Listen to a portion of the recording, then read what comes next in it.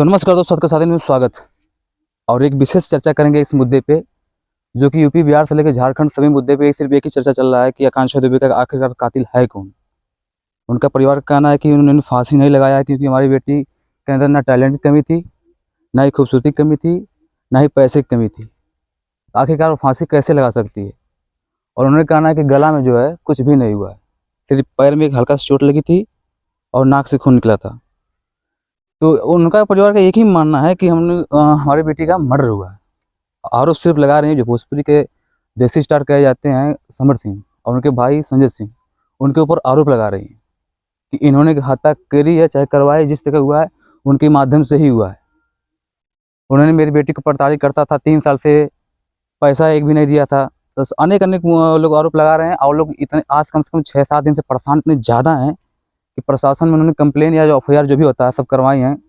आज 6 दिन हो गए, आज एक भी कुछ भी नोटिफिकेशन जो होता है या फिर जो भी एक भी बातें बीच में उनके रखी नहीं गई हैं, ताकि तसल्ली हो सके कि हाँ हम लोग आपके कानून जो आप लोग एफआईआर कराई हैं उस पर हम लोग काम कर रहे हैं। कुछ भी नहीं किया जा रहा है। इन लोग कल जो है वहाँ पे अपने भदोही पे, वहीं पे एक पड़ता है कोई एक बरधा मार्केट है, वहीं पे इन लोग धरना करने जा रहे थे। तो वहाँ की जो प्रशासन है वो रोक दी। ये बोली प्रशासन की जाइए जहाँ पे आपका एफआईआर हुआ, कम से कम वहाँ पर जो आप लोग जो भी धरना फरना जो भी होता है जो वहाँ पे आप लोग जाके वहाँ पे कीजिए। हम इसे यही कहना चाहते हैं कि कम से कम अगर समर सिंह अगर आप आरोपी नहीं है तो कम से कम आप बीच में आइए ना। प्रशासन से क्यों छुप रहे हैं। मीडिया वाले आपके घर जा रहे हैं, मीडिया वाले वहाँ पर भी हैं, कम से कम हज़ारों मीडिया वाले पीछे पड़े हैं, मीडिया वाले दिखा रहे हैं।